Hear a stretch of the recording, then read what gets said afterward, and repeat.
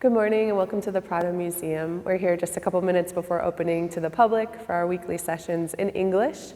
Thank you so much to the American Friends of the Prado Museum for making programs like this possible, and to our donors.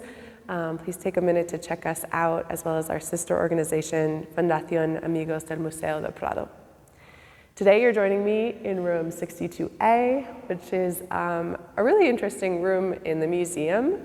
It's filled with portraits and self-portraits of artists, specifically from the 19th and turn of the 20th century. For example, here behind me, we have a portrait of Joaquín Sorolla, as painted by another Spanish artist, his contemporary, Aurelia Navarro Moreno. He created a painting which I covered some months ago. But today I'm here to focus on this portrait, which is way up here in the corner, which is by an artist called Aurelia Navarro. And this is a self-portrait that she created in 1906 that is called An Artist. So Navarro comes from Granada in the south of Spain. And her artistic career is really interesting because it was really, really successful and really, really short. And we'll talk about some reasons why. But taking a look at the portrait itself for a second, though we see it way up far in the corner, it's an extremely expressive self-portrait. This is painted during the sort of moment in Spanish history where naturalism was really the trend. Artists were really interested in capturing reality. They were thinking about social causes, thinking about capturing what was really happening in Spain at the time. And we see Navarro here using these like really fluid brushes, this green and blue palette, in order to capture herself and her environment. Of course, selecting this like really beautiful, dainty hand holding a paintbrush where she paints herself. I also think it's important to look at her stance in this image. We see her in profile, which might be kind of a reference to more of a Renaissance style of capturing a person. But she's also really strong and proud in this image, and it's named An Artist almost defiantly.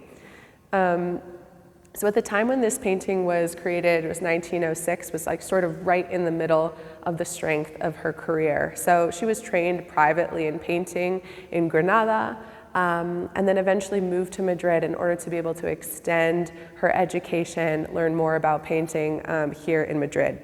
So something that was happening also at the time in the Spanish art world was beginning in the mid-19th century, and for about 100 years, the National Exhibition for Fine Arts was a national competition which was mounted in order to try to really push Spanish artistry in a sort of international context. And so these were competitions in 5 different areas, where you would have, up to 300 or more entries, and they would have awards, which were both cash awards for the artists, extremely prestigious. And painting is the most prestigious area for these awards.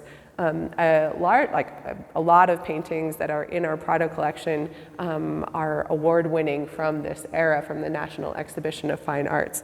So at this time, Navarro, while she was in Madrid, she actually entered the competition 3 times, in 1904, in 1906, and 1908. And this is when she really made it big and made waves in the art world.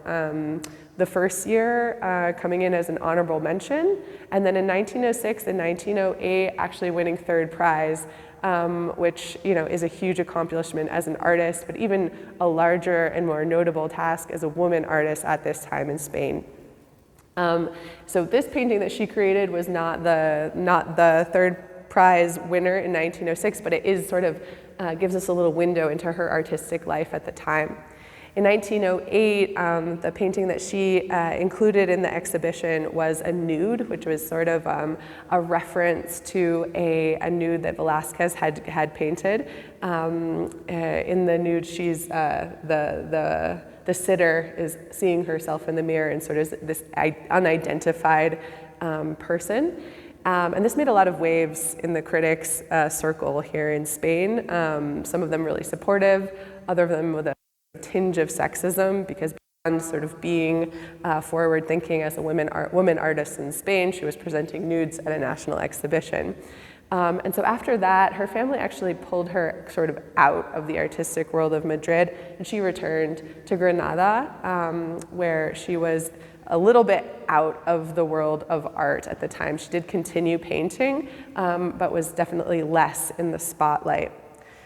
So thinking about how this fits within the social context of, being a woman in Spain at the turn of the 20th century, we know that, for most women, the expectation of families and of society was that when you came of age, your main objective was to find a husband, to have children, to raise a family, and for the care in the domestic world to be the center of your life. And so for women to decide to develop their skills as an artist, to develop a name for themselves as artists, to receive criticism around their work, to push boundaries, was something that was seen really as a distraction from this ultimate goal of moving in the domestic world. And so Navarro was really pushing that boundary, being in her early to mid 20s, ignoring that objective of really going for seeking a partner, but rather developing her skill and really being extremely successful at that time.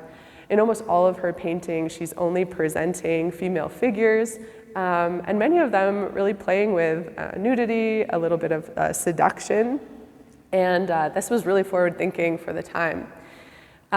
So, as I said, she continued painting after she returned to Granada, or when she turned 40, she actually eventually entered a convent, and that's where she spent the rest of her life. So she never did marry and have a family and work in this domestic world, but her family, the children of her siblings, talk about her happiness at the end of her life and her happiness with her decision to move in that religious space.